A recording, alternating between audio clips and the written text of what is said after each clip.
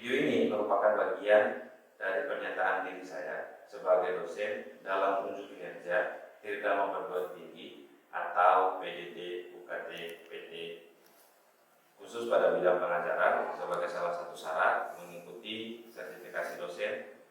Nanti dalam video ini akan ditampilkan proses pembelajaran atau metode teaching salah satu mata kuliah yang saya ampu, yaitu mata kuliah manajemen pelayanan publik pada suku pembahasan pelayanan publik di daerah kepulauan, karena visi dan misi universitas dan program studi kami dikhususkan pada wilayah-wilayah kepulauan, sehingga mata kuliah ini menjadi mata kuliah wajib program studi kami, yaitu manajemen pelayanan publik, dan berbobot 3 SKS.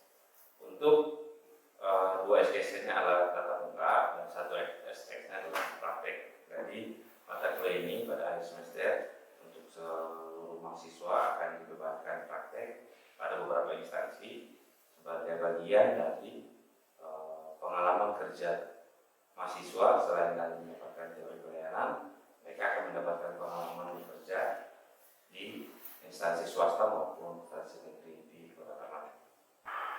Metode pembelajaran yang akan saya lakukan nanti dalam proses metodologi ini adalah proses delivery, interaktif, and assessment atau DIA.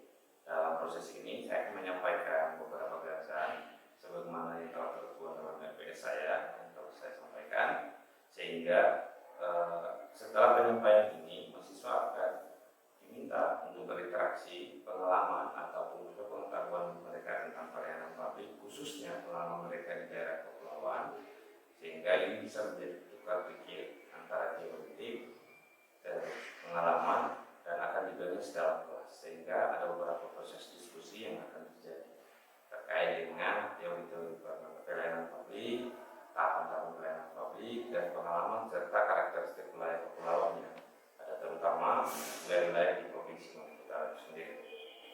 Setelah menyampaikan dan berdiskusi dengan mahasiswa di akhir tatap muka itu, sebelum saya tutup, saya akan memberikan beberapa tugas sebagai bentuk asesmen untuk mengetahui seberapa jauh pemahaman mahasiswa terkait dengan materi yang saya sampaikan. Mungkin demikian sedikit perkenalan dan beberapa penyampaian yang akan saya sampaikan dalam video ini. Mudah-mudahan berkenan. Wabillahi taufiq wal hidayah. Assalamualaikum warahmatullahi wabarakatuh. Assalamualaikum warahmatullahi wabarakatuh dan selamat siang.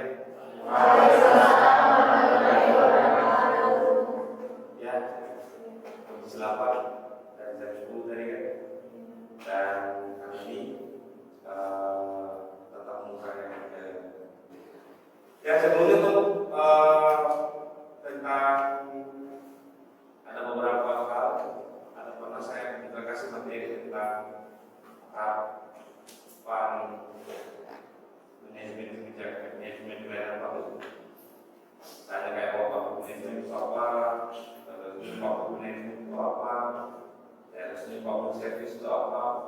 Itu sudah pernah saya kasih dan mudah-mudahan menjadi bekal. Namun karena visi universitas kita, visi program studi kita terkait dengan kepulauan, makanya mata kuliah pelayanan publik ini kita fokuskan kepada karakteristik wilayah khususnya di daerah Maluku Utara yang berpulau-pulau. Tentu tak semua orang yang hadir di kuliah kali ini adalah mungkin atau ada yang lahir di Bandung gitu. Ada? Satu lagi betul? Sana, itu berarti ada wilayah yang otomatis kecil itu. Wilayah-wilayah Taliabu. Atau ada yang dari Taliabu sih? Kalau ada dari Taliabu, berarti waktu sini lewat Cakolo terus selalu lomba. Itu 1-2 di antara beberapa wilayah yang akan kita hadapi jika tidak memaksimalkan pelayanan satu. Kalau pelayanan publik ini kan negara hadir. Kalau karakteristik wilayahnya daratan, misalnya kalau di Pulau Jawa itu dari Jogja ke Surabaya daratannya sampai Semarang sama motor aja sampai. Jogja Semarang 3 jam sampai di motor. Nah tapi kalau Ternate sama Kalbar itu kalau mau tunggu lewat darat itu tunggu berapa tahun lagi nanti bangun jembatan itu baru sampai. Jadi harus bagus gitu. Jadi ada transportasi laut. Jadi negara minimal hadir untuk memberikan satu fasilitas sebelum ada pelayanan. Sebelum ada pelayanan. Sebelum ada pelayanan transportasi laut sudah mulai. Jadi ada keunikan tersendiri, gitu ya, terkait dengan mata kuliah ini. Karena kekhususan universitas kita, kekhususan kampus kita memfokuskan administrasi publik. Karena administrasi publik secara global ada kekhususannya. Di Maluku Utara kita memiliki kekhususan karena wilayahnya adalah wilayah kepulauan. Terlebih lagi pada mata kuliah dan pelayanan publik. Nah, bagaimana dengan pelayanan publik ini dilaksanakan di wilayah kepulauan? Makanya tema kita pada hari ini adalah pelayanan publik di wilayah di daerah kepulauan.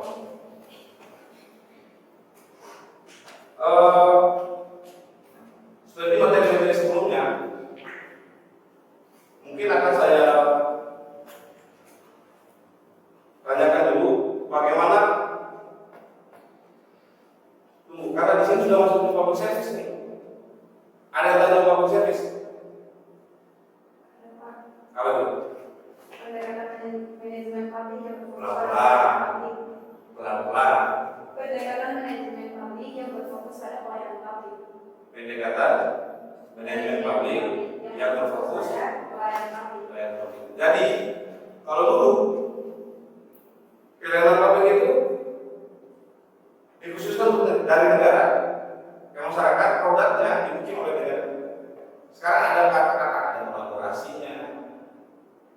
Ditujukan pada produknya dulu. Siapa yang memberikan nanti?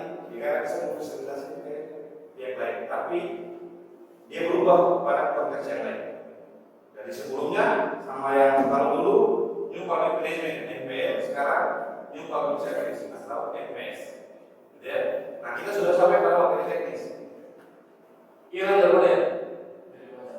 Baca di bawah. Loin itu di pulau bacanya ya. Bukan di bumi ya, harus menyeberang lagi. Di luar dari pulau baca. Oh, pulau dari pulau baca lagi. Berapa jam dari pulau baca?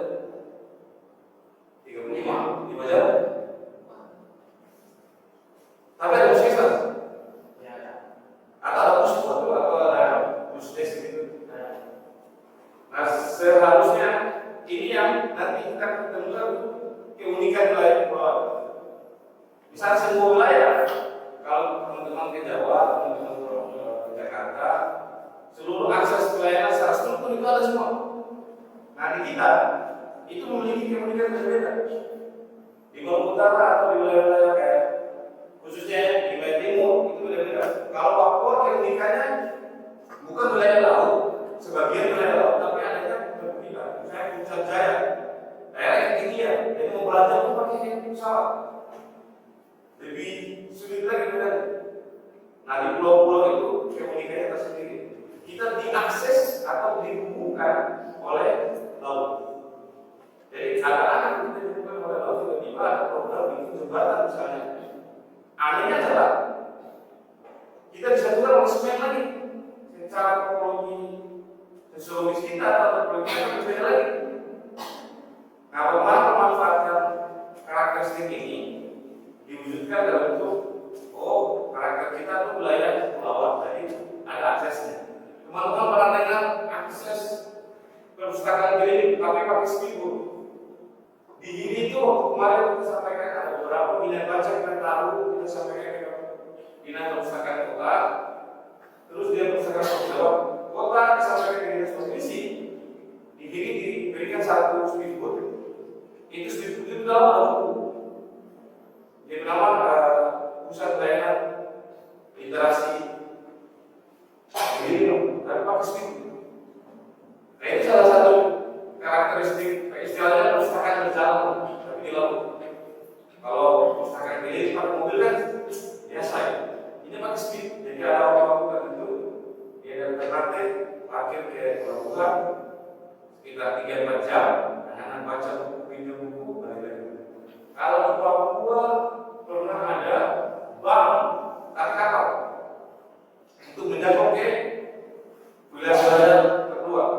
Jadi kapal KBRI itu datang, nanti di hari itu dia pakai sekitar beberapa hari di wilayah itu melakukan suatu kali.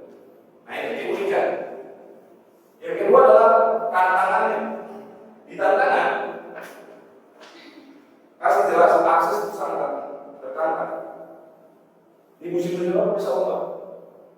Nah, ini kalian di musim-musim selatan itu bulan-bulan apa?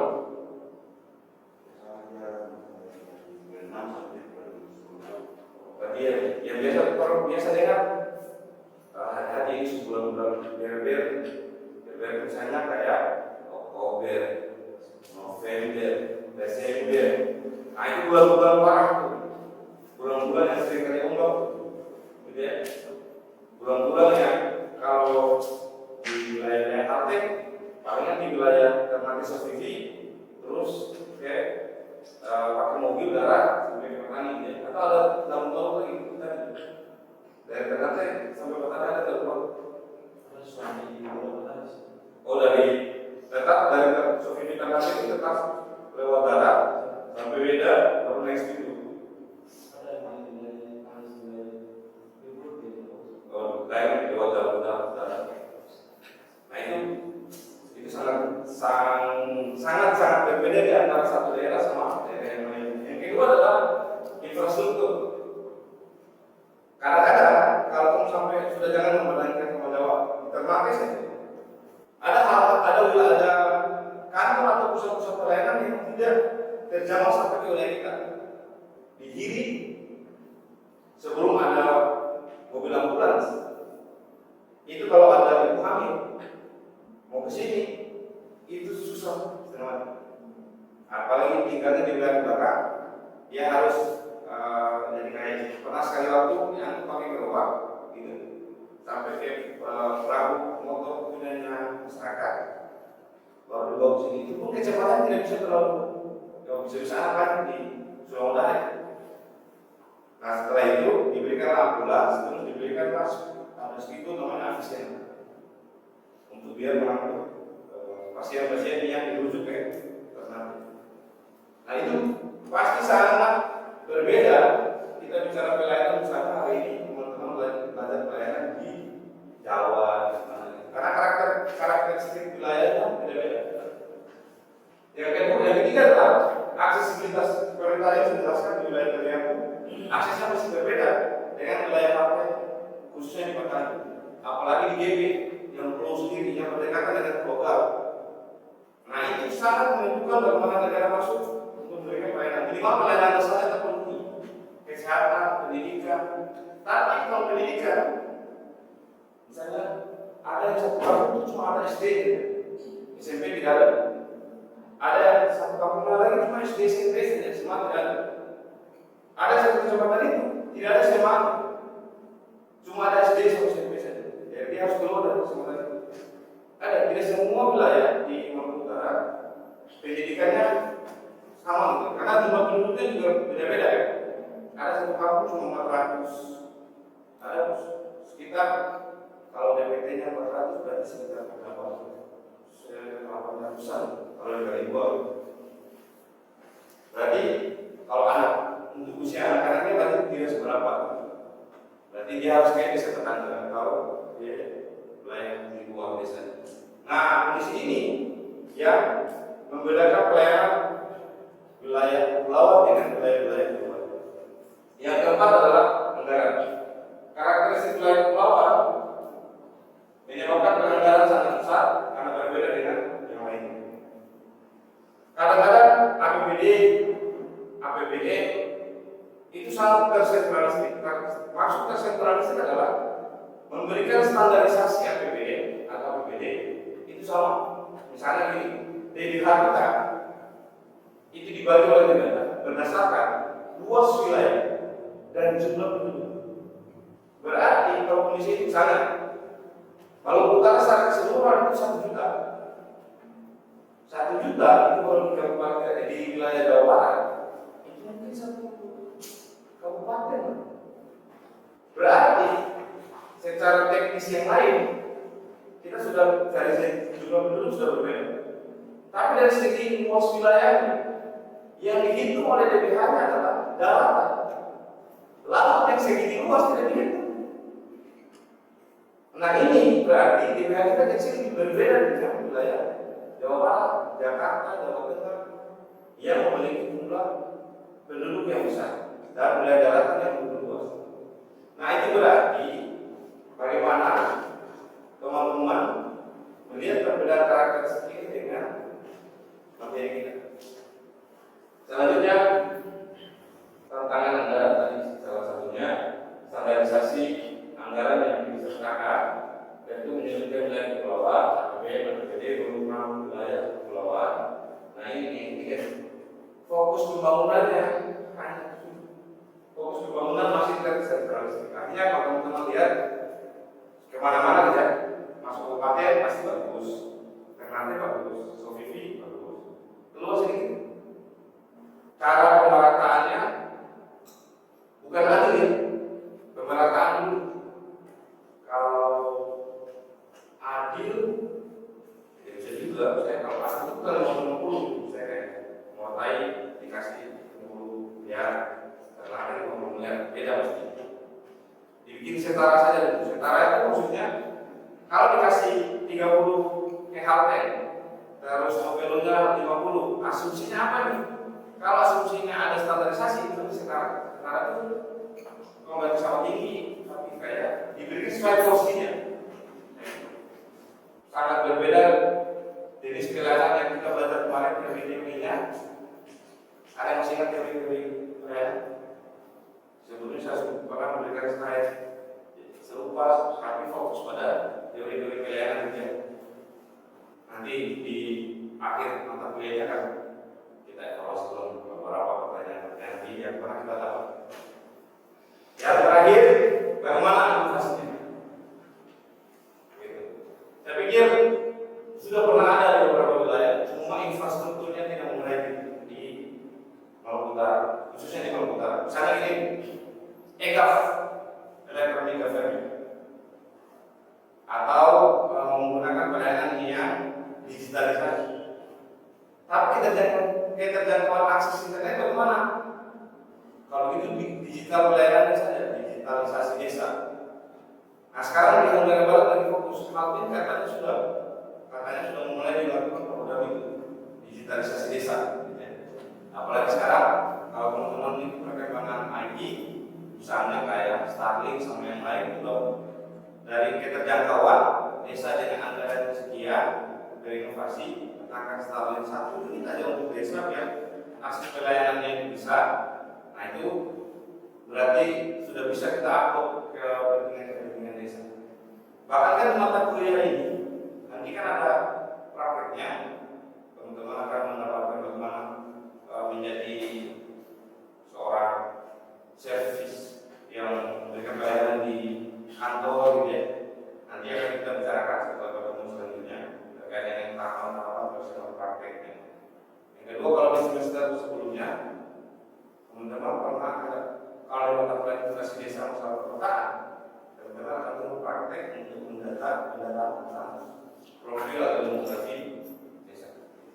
Terus penggunaan EGAF sudah terkait sumber daya tadi yang kita semua sampaikan, bagaimana sumber daya lokal kita khususnya pada Pratu sangat ini.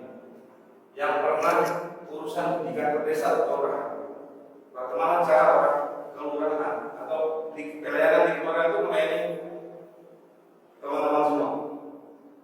Ada yang pernah berurusan sesuatu di kelurahan, orangnya ramah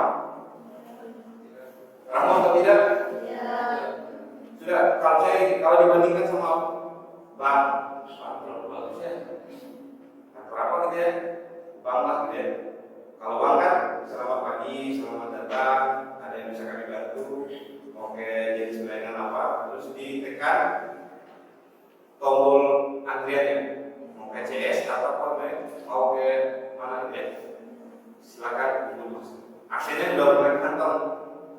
Nah, kalau masuk ke kelurahan bagaimana? Atau di desa bagaimana?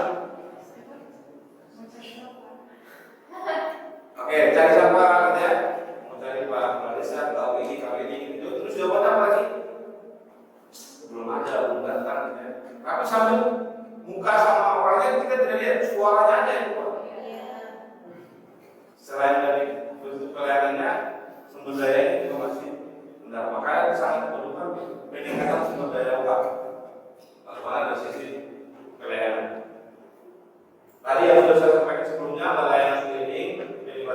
universitas dan kolaborasi kampus dan universitas swasta lainnya. Kalau kampus untuk ilmu administrasi negara di 1 tahun terakhir di bosnya di tahun kemarin administrasi ilmu administrasi negara pernah ke Pulau Gili membantu pihak pemerintah desa, pihak pemerintah kelurahan untuk membuat profil sama potensi kelurahannya di sana, di kelurahan Madu sama kelurahan Kawajiko.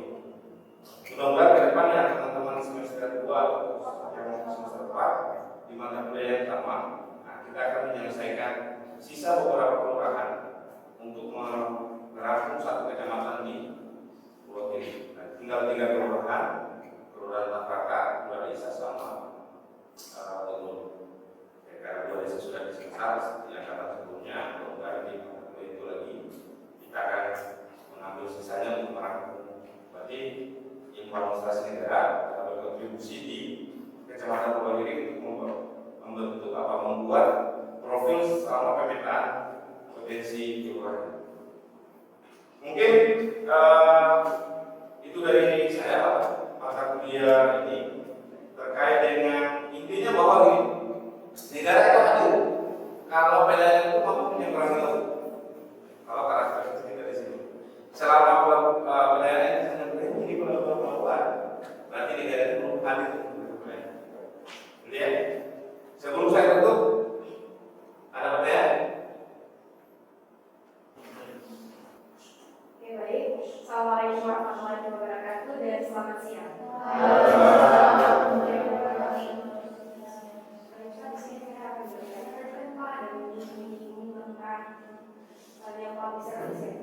Pertanyaan saya di sini, kira-kira ada pengaruh pendekatan public service terhadap inovasi layanan publik di daerah pulau ya Pak? Itu contohnya seperti apa? Ya, itu saja. Terima kasih. Assalamualaikum warahmatullahi wabarakatuh.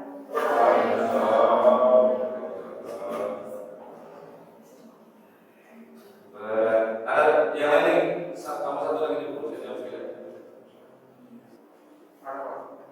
Ada betul?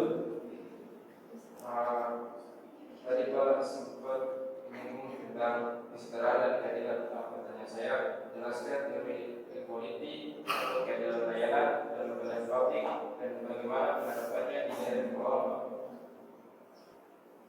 Keadilan atau pemerataan pelayanan di atau teori equality. Kalau keadilan itu terkait dengan apa tadi? Pengaruh pendekatan public service. Saya memulai dari jawabannya pertanyaannya sama tentang keadilan tadi sebelumnya disampaikan. Terkait dengan sama bahwa pelayanan publik itu unsur utamanya adalah pemerataan atau keadilan. Jadi kalau pertanyaannya yang ditanya adalah saya sebut dulu yang pertanyaannya yang ditanya adalah apakah equality itu sangat berpengaruh terhadap pelayanan publik? Pasti sangat berpengaruh atau menekan tentang faktor unsur-unsur equality tapi unsur itu ditekankan pada distribusi pelayanan. Misalnya masyarakat yang berada pada geografis, misalnya ini kemarin banjir, ada beberapa wilayah kayak hujan, karena wilayah kita pegunungan, ada banjir di Jambula, banjir di Gua, sama banjir di Kiri, ada beberapa wilayah. Terus mitigasi pertama itu karena akses yang ada hanya di Kota Ternate, di Jambula sama wilayah itu, aksesnya masih di Kota Ternate, mitigasinya sangat cepat, evakuasi orangnya, terus mobilisasi alat-alat berat dengan masyarakat gitu. Apakah dari sisi equity ini diadil? Bisa saja jawabannya tidak adil. Bisa juga pemetaannya masih belum jelas. Tapi faktor politiknya hanya melihat bagaimana pelayanan itu didistribusikan.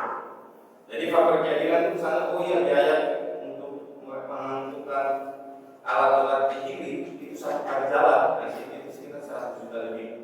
Berarti kalau pulang balik pergi pulang gitu udah 200 juta, belum biaya operasional selama di lapangan. Nah, karena itu kondisinya pelayanan di wilayah kepulauan itu sangat membutuhkan biaya yang sangat besar. Sedangkan kalau misalnya mengangkut alat berat ke luar, ke bulan, ya palingan hanya menggunakan mobil truk yang besar.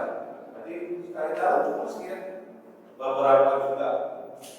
Jarak perbedaan anggaran sangat jauh. Nah, faktor-faktor ini, apakah ini langsung kita berikan standar equality yang sama dengan wilayah-wilayah daratan? Jangan dulu cepat menjustifikasi, tapi dimulai dari sisi perencanaan seperti apa. Jadi perencanaan mitigasinya, perencanaan pelayanan sebelumnya itu sangat menentukan penentuan politik dalam pelayanan kepulauan, khusus untuk wilayah-wilayah kepulauan ya. Terus pertanyaannya terkait dengan pengaruh atau ya pengaruh dan pendekatan di public service. NPS itu meningkatkan tentang partisipasi komunitas, warga, ataupun pihak-pihak lain. Misalnya ini, kalau di posyandu, siapa sih yang orang tuanya terlibat dengan posyandu? Itu bentuk pelibatan masyarakat dalam pelayanan publik. Kan posyandu ini kan ada tim bidangnya, terus ada kalau di masyarakat itu ada kades posyandu. Nah, kades posyandu ini dalam public service itu adalah pelibatan komunitas-komunitas masyarakat dalam pelayanan publik. Jadi kades ini yang turun ke pas pelayanan di bawah paling dasar, turun ke warga. Jadi warga juga merasa terlibat dengan pelayanan. Apalagi di wilayah-wilayah kepulauan itu sangat membutuhkan pelibatan. Jadi di public service pertanyaannya langsung terjawab bahwa NPS itu sangat menentukan di apalagi karakteristik kepulauan ya. Karena pendekatan new public service itu terkait dengan partisipasi. Sudah kalau kata partisipasi dalam pelayanan berarti faktor di luar negara yang dulu terlibat dalam pelayanan publik. Kayak gitu. Mungkin mata kuliahnya sudah. Sekarang tinggal bagaimana teman-teman mempersiapkan tugas yang nantinya akan saya berikan ke tugas terkait dengan tugas itu.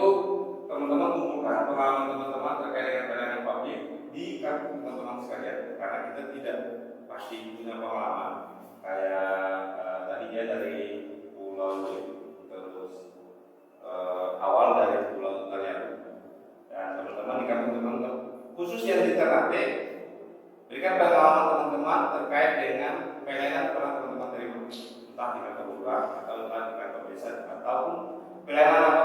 Misalnya kalau ia bisa menulis tentang pelayanan terkait dengan transportasi laut selama dia pulang dari kampung atau dari kampung menuju Ternate, atau pengalaman teman-teman terkait dengan pelayanan publik lainnya, karena itu akan menjadi tugas papernya dan akan